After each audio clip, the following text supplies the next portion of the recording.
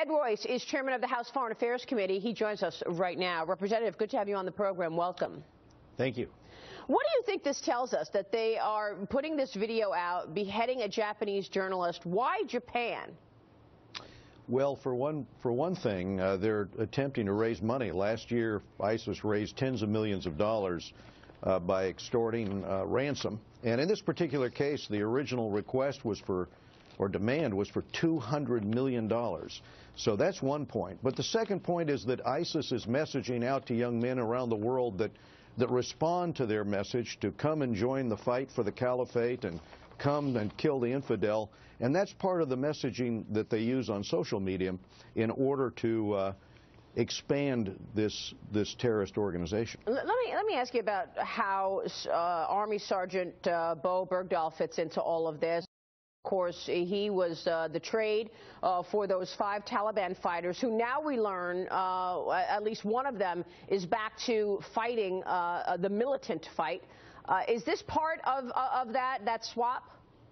Well, this was a blunder, in my opinion, and I indicated that at the time. And if you recall, the Senate prior to the release in maybe it was 2011 indicated that we should not go down this road. In other words, the United States and the UK traditionally has tried to avoid rewarding this type of situation by turning over terrorists or paying ransom.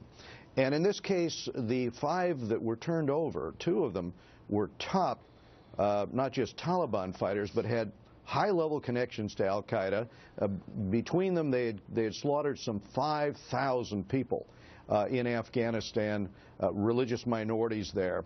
And so these are very dangerous individuals. One of them has been caught now trying to enlist back into the fight, and 30% of all of those who have been released from Guantanamo have joined again to try to kill Americans and to carry out a jihad. So this, I think, is an example of the administration setting a very bad precedent. All right, we want to talk a lot more with you, Congressman, particularly as it relates to Iran and the Iran sanctions that are being discussed right now. So stay with us, Congressman Ed Royce, to talk more about that. But first, new questions about the administration's plan to defeat this terrorist group after yet another horrific beheading. Fox News' senior correspondent Eric Shawn joins us now with that angle. Good morning to you, Eric. Good morning, Maria, and good morning, everyone.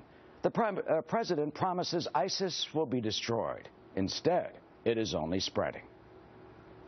The policy of the present administration is doing more harm to the growth of ISIS than it's doing right. Ahmed al-Assad is the head of Lebanon's Option Party and is fighting Islamic terrorism. He says the West is not doing enough.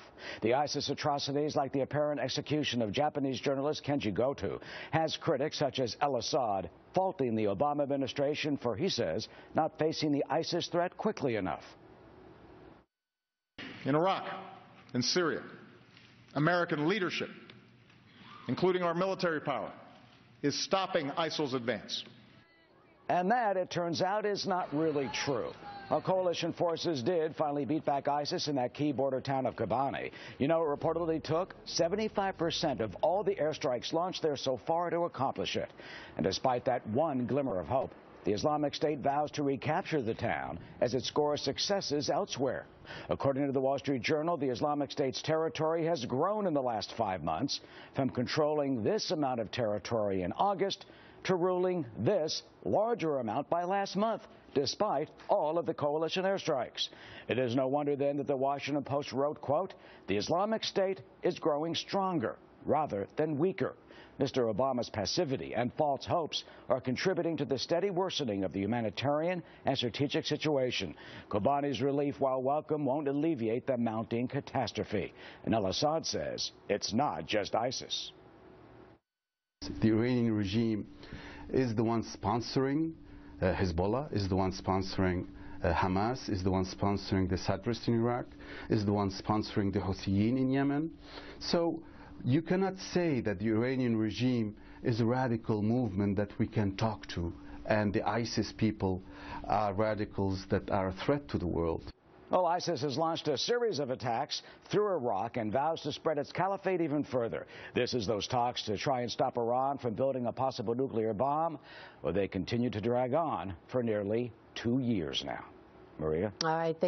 Much, Eric Shawn with the latest there. More now with House Foreign Affairs Committee Chairman Ed Royce. And Congressman, what about that in terms of the Iran negotiations? A White House spokesperson this week on Thursday issued another threat saying that Obama would veto a bill being developed by Republican Senators Bob Corker and Lindsey Graham that would basically require congressional approval for any nuclear deal with Iran. Why shouldn't Congress have approval over any deal? We should. And what we've seen is concession after concession out of this administration. If you think about the fact that what the Iranians are asking for now, they've already gained the right to continue to enrich. Those centrifuges continue to spin. But now they're saying we should have no limits on their ICBMs, that they should not have to allow verification at the site at Parchin where they did a lot of their testing. And so as we look at this in Congress, this is also a bipartisan position. The vote in the Senate the other day was 18-4 in favor of having Congress have a say. We want the administration to quit giving concessions to Iran, because if they keep doing it, Iran will have the ability to have undetectable nuclear breakout and will be able not only to have a weapon, but remember this administration pulled our intercept system out of Poland and out of the Czech Republic. That was intended to protect Europe and the United States if there was ever a launch from Iran. So under this situation, we have to be tough in these negotiations. This, of course, was behind the decision to have Prime Minister of Israel, Benjamin Netanyahu, come to talk with Congress and get Israel's input in terms of any deal with Iran as well. Yes, I think if you look at the situation from the standpoint of Israel, and I was in Israel in 2006 during the Second Lebanon War, when Hezbollah were firing rockets over the border, and Iranians were helping them fire those rockets, had supplied a lot of those missiles and rockets. At that time, there were 20,000 missiles and rockets. Today, there's 100,000. Iran continues to supply, and their generals and officers are up now on the border of Israel, in Syria, as you know, expanding that Shia crescent all the way from Iran into Lebanon.